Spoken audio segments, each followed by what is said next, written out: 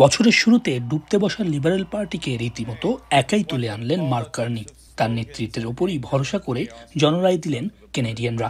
Conservative party থেকে বেশ কিছু আসন বেশি পেয়ে সরকার গঠন করতে যাচ্ছে লিবারেল পার্টি।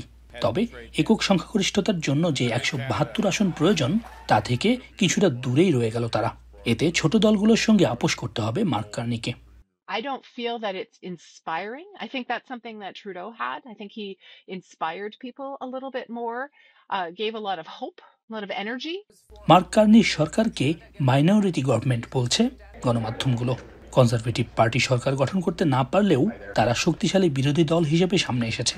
এই ক্ষেত্রে সরকার চালানো বেশ কঠিনই হবে বলে মনে করছেন বিশ্লেষকরা। প্রধানমন্ত্রী হিসাবে প্রধান কাজ হবে মার্কিন প্রেসিডেন্ট ডোনাল্ড ট্রাম্পের সঙ্গে শুল্ক ইস্যুর সুরাহা করা। মে মাসেই দুই নেতার বৈঠক অনুষ্ঠিত হবে বলে আগেই জানায় অটোয়া। যদিও শুল্কের বিষয়ে ছাড় দিতে নারাজ ট্রাম্প। সোমবার ভোটের দিনও তিনি বলেছেন 51তম অঙ্গরাজ্য হলেই কেবল শুল্ক প্রত্যাহার সম্ভব। এখন দেখার পালা কিভাবে অর্থনৈতিক সমস্যার সমাধান করেন প্রখ্যাত অর্থনীতিবিদ কার্নি। সৈয়দ ইফতেখার, এখন কানাডা। শাইনি চুলে এখন হবে সব হেয়ারস্টাইল।